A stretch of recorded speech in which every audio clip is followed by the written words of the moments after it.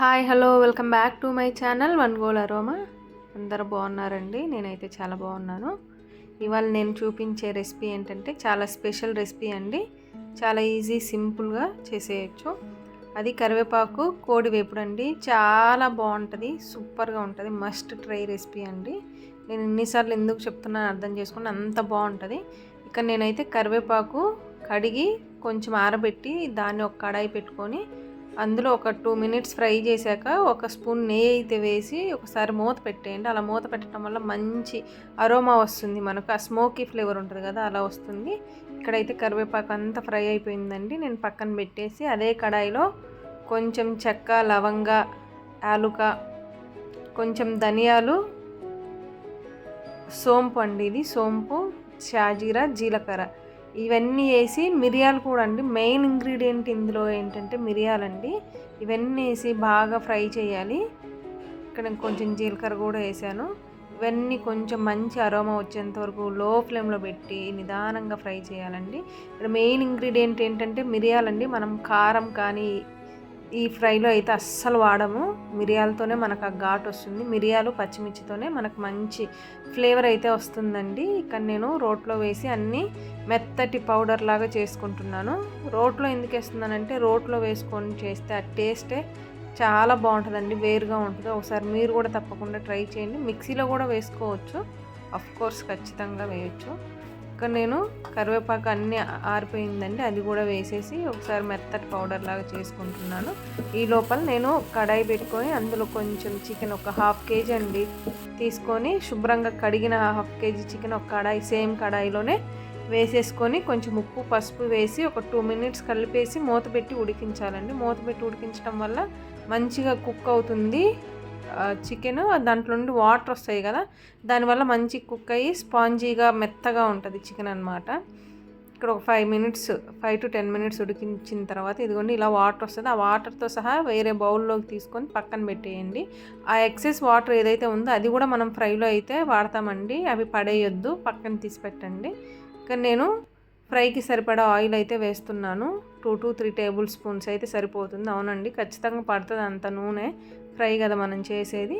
ఇక్కడ నేను సన్నగా కట్ చేసిన అల్లం వెల్లుల్లి అయితే వేసానండి. ఇట్లా కట్ చేసి వేయండి, పేస్ట్ కన్నా కూడా ఇట్లా కట్ చేసి వేస్తే ఫ్లేవర్ ఇంకా బాగుంటుందండి.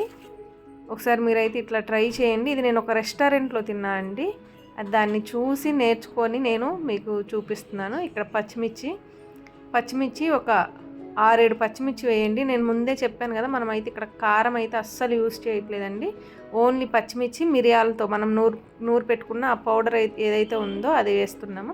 ఇంకా నేను ఒక ఉల్లిపాయ కూడా కచ్చాపచ్చగా రోట్లో నూరు పెట్టుకున్నానండి, అది కూడా వేసి మంచిగా ఫ్రై అయ్యాక మనం ముందుగా ఏదైతే ఉడకబెట్టుకున్న చికెన్ ఉంది కదా అది వేస్తామండి. ఓన్లీ పీసెస్ వేస్తాం, వాటర్ తర్వాత యాడ్ చేస్తూ ఉండాలి. ఇదండి ఇట్లా మంచి కలుపుతూ ఉండాలండి, అడుగంటకుండా. ఓ మంచి బ్రౌన్ కలర్ అయ్యేంత వరకు వేయించుకుంటూ ఉండాలి.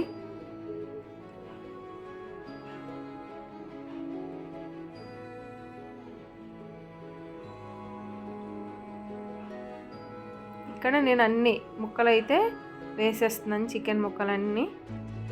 చూసారు కదా, అసలు మామూలుగా లేదండి చికెన్ ముక్కలు.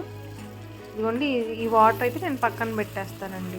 ఇట్లా మొత్తం మనం వేసిన అల్లం వెల్లుల్లి ఉల్లిపాయ పేస్ట్ అవన్నీ మంచిగా పట్టేంత వరకు ఉడికించి కొంచెం ఉడికాక ఇక్కడ మనం ఏదైతే ముందుగా ప్రిపేర్ చేసుకున్న పౌడర్ మసాలా ఏదైతే ఉందో అదైతే వేసేస్తుందని. ఇది లేయర్ వైజ్గా వేయాలండి, ఒకేసారి వేస్తే ముక్కకి పట్టదు, ముద్దగా అయిపోతుంది కాబట్టి లేయర్ వైజ్గా వేయాలి.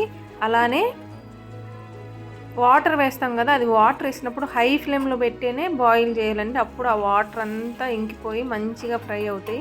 లేదంటే చికెన్ ఒక పేస్ట్ లాగా అయిపోతుందండి. ఎందుకంటే ఆల్రెడీ మనం ఉడికించాం కాబట్టి వాటర్ వేసినప్పుడు మనం హై ఫ్లేమ్లో పెట్టే ఫ్రై చేయాలండి. ఇలా మనం మధ్యలో కలుపుతూ ఆ వాటర్ ఆవిరయ్యేంత వరకు ఉడికించి మళ్ళీ ఈ మసాలా ఏదైతే ఉందో అది వేసుకుంటూ చేయాలండి. ఇక్కడ ఇది మనం కరివేపాకు పొడి వేస్తున్నాం కాబట్టి కొంచెం చికెన్ బ్లాక్గానే అనిపిస్తుందండి, తినేటప్పుడు అయితే అస్సలు అలా ఉండదు, చాలా టేస్ట్ ఉంటుంది. ఇట్లా మంచిగా లేయర్కి వేసుకుంటూ చికెన్ మసాలా చికెన్కి పడుతుందండి. అట్లా వేసుకుంటూ కలుపుతూ ఉండాలి. ఇక్కడ నేనైతే కొన్ని జీడిపప్పులు అయితే వేసాను. తినేటప్పుడు క్రంచీగా మంచిగా చాలా టేస్టీగా ఉంటాయి, అందుకని కొంచెం జీడిపప్పు వేసాను. ఇక్కడ కొంచెం కరివేపాకు, ఖచ్చితంగా కరివేపాకు అండి. కరివేపాకు పొడే కదా, కరివేపాకు వేయాలంటే కొంచెం గ్రీన్గా కనిపిస్తుంది లీవ్స్ వేయటం వల్ల. ఒకసారి కలిపేద్దాం మనము.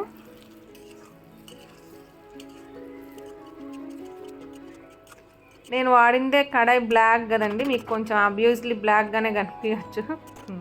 ఫ్రై అయితే మీరు తప్పకుండా మరి అంత నల్లగా చేసారేంటి అనుకోవద్దు. ఇక్కడ నేను కొత్తిమీరతో గార్నిష్ చేశానండి, సూపర్ ఉంటుంది. ఫైనల్గా కొత్తిమీరతో వేసే ఆ లుక్కే సూపర్ ఉంటుందండి. ఇదిగోండి నేనైతే ఇలా కరివేపాకు కోడి వేపుడు అండి, సూపర్గా ఉంటుంది, మస్ట్ ట్రై. పిల్లలకి పెట్టేటప్పుడు మాత్రం కొంచెం నెయ్యి తగిలించి పెట్టండి, చాలా బాగుంటుంది. ఎందుకంటే కొంచెం స్పైసీగా ఉంటుంది. స్పైసీ లవర్స్ అయితే ఖచ్చితంగా ఇష్టపడతారండి. మీరు తప్పకుండా ఈ డిష్ని అయితే ట్రై చేయండి. ఎలా ఉందో ఖచ్చితంగా కమెంట్స్లో చెప్పండి. నేను ఈ ఫ్రైని అయితే చాలా ఇష్టంగా తిన్నానండి రెస్టారెంట్కి వెళ్ళినప్పుడు. సో మీరు కూడా తప్పకుండా ట్రై చేసి ఎలా ఉందో చెప్పండి.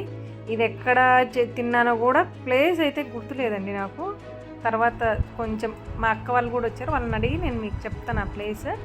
ఇదిగోండి ఇక్కడ నేనైతే సూపర్గా కుదిరింది, నేను తిన్నాను, చాలా బాగుంది. మీరు కూడా తప్పకుండా ట్రై చేసి మీకు ఎలా వచ్చింది తప్పకుండా కమెంట్లో చెప్పండి. లైక్ చేయండి, షేర్ చేయండి, సబ్స్క్రైబ్ టు మై ఛానల్.